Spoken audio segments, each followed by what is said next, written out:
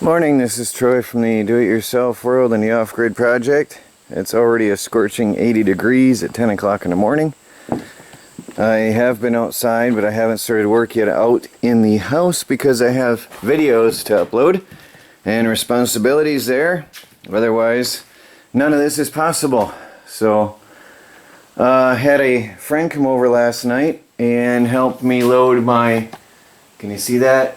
My writing desk and my chest upstairs into the loft, so it's out of the way.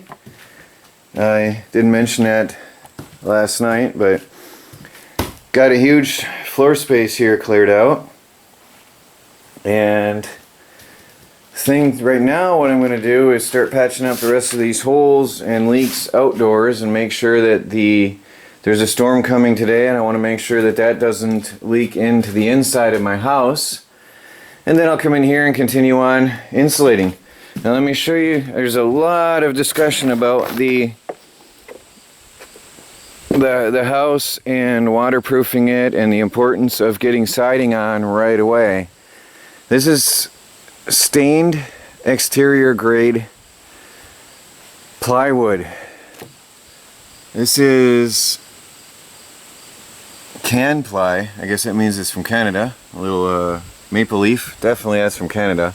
That's a 6-ply, 3/4 inch tongue and groove plywood, heavy duty. And I want to show you, oh, I think it got thrown away. I had some of the original tongue and groove plywood flooring. The guys were sorting out scrap and clearing up my stuff. Here's an example. There's my original tongue and groove. You can see after one rainstorm that it went through, what happened to it. That's what happened to the tongue and groove flooring that I put inside my tiny home. This is just a scrap that got rained on. You can see this massive bulge right here.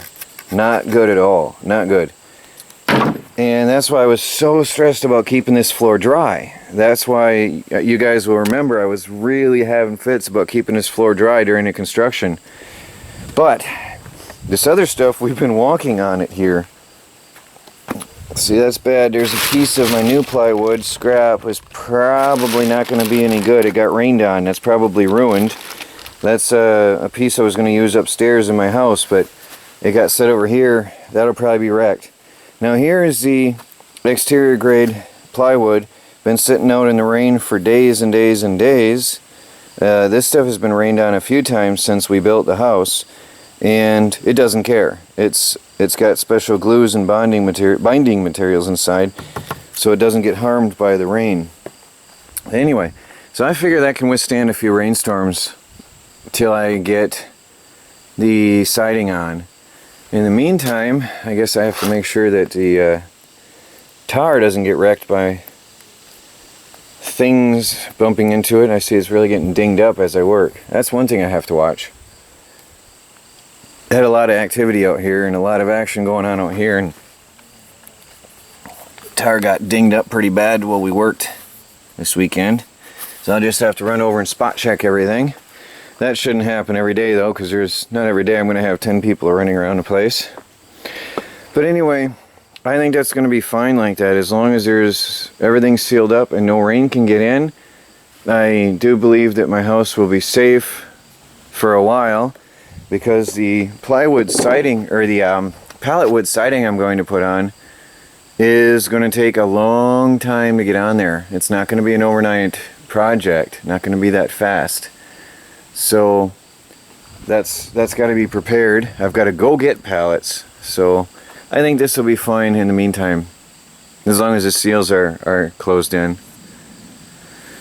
And then the interior now, because winter's coming, and I have to have this finished, so I am working on the interior in between during rainy days or when I'm not working outside. So I hope to get this all done, especially the kitchen area, really soon. Because right now I don't actually have a kitchen. That RV, the stove or the oven doesn't work. The stove is the slowest propane stove I've ever had, and that's not exaggerating. And the kitchen sink, if you remember, the faucet broke in winter. A brand new faucet, so I haven't had running water in the kitchen in the RV at all, and so I hope to get this going right away and at least have the ability to work, because also the RV has no counter space. I have a 1 foot triangular shaped countertop, and that's it. And that's just not cool. I can't work like that.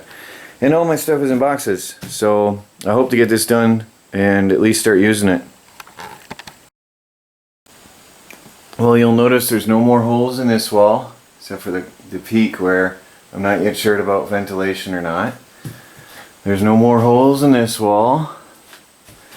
Covered up all the gaps and cracks and holes, because now I'm going to start insulating inside and use up all this insulation in here so it's off the floor. And this wall's pretty much done up to here except for where the windows are. No point in taping that where the windows are. But I ran out. I still got, well, there's a window. I got a little bit above that window and up there next to that. No, that one's going to be a window. So that seam gets cut out. This whole entire wall is done all the way up to the roof and down. The entire back wall is done all the way up and down and all around. Absolutely sealed off, tight and solid. All good. No more leaks in the entire back wall, so I can insulate all that. Plus there's a runoff from the roof, so there's not even going to be anything hitting that wall. Now this wall, I need 3 more strips of tape, and I ran out, so I won't be insulating the upstairs over there yet. And I need a little bit here and there on the front, just odds and ends here and there. Right here a piece, here a piece. The rest is all windows. Possibly right there a piece. I have to see where those windows line up there. But I don't have any more tape right now. So I'm going to put the insulation on this back wall, which I know is sealed and safe. And just keep plugging away at this. I hope to also get the flooring in here so that it's out of the weather, because right now it's in the bed of my truck and we have a bad storm coming, so I think I'll do that next. Just to get it out of the way, I want to get all the loft flooring done. These 2 pieces are in there, but they're not screwed in solidly yet, just a couple screws, and I've got to finish the walkways. So I think that's the next project, so that wood doesn't get wrecked. I got another board in the loft. Soon I'll be using my loft. This one was a monster to get up there. That's a 4x8 sheet with just a little chunk cut out. Fits nicely. Let me see if I can show you up there. I don't know if you can see, but it fits in nicely. I'm not happy with the stamps they put all over this stuff and the stains on it everywhere, but it is what it is. It's not the prettiest thing for a ceiling, because I like to have the open ceiling. I mean, it's not unbearable, I guess. But maybe I can sand it one day or something. I don't know. But I'd like to have the open look on the rafters above the living room. I just think it's cool. Adds to the rustic appearance of my home. I can always change it if I don't like it later. So I'm going to go out right now. I cut it in the bed of the truck because I can't handle that 4x8 sheet alone without dragging it through the mud. And yes, there's some mud down on the ground here. So let me pause and set up my tripod.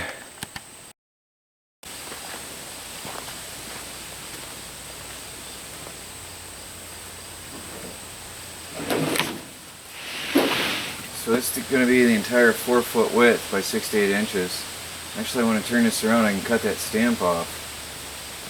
You have a better surface inside.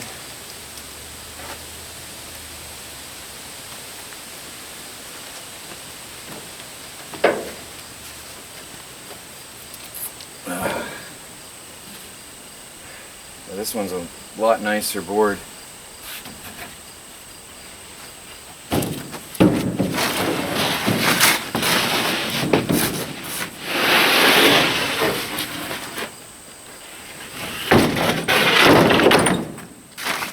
Cut off this stamp. It's ugly.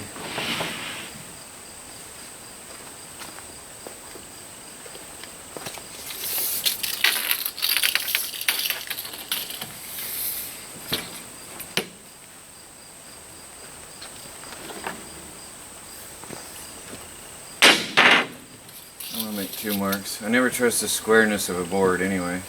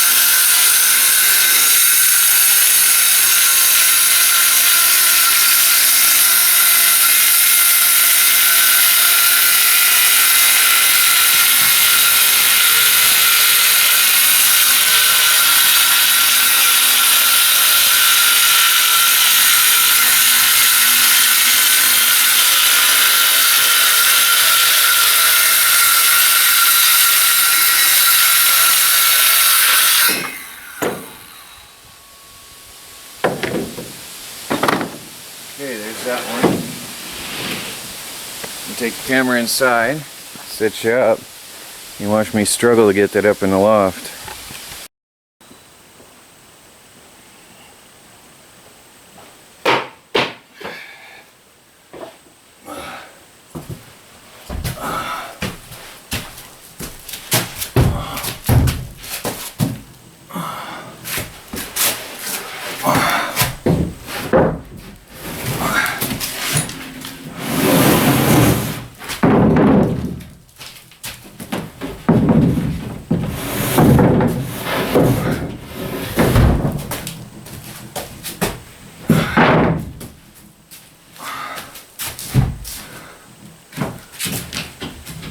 Well, there it is.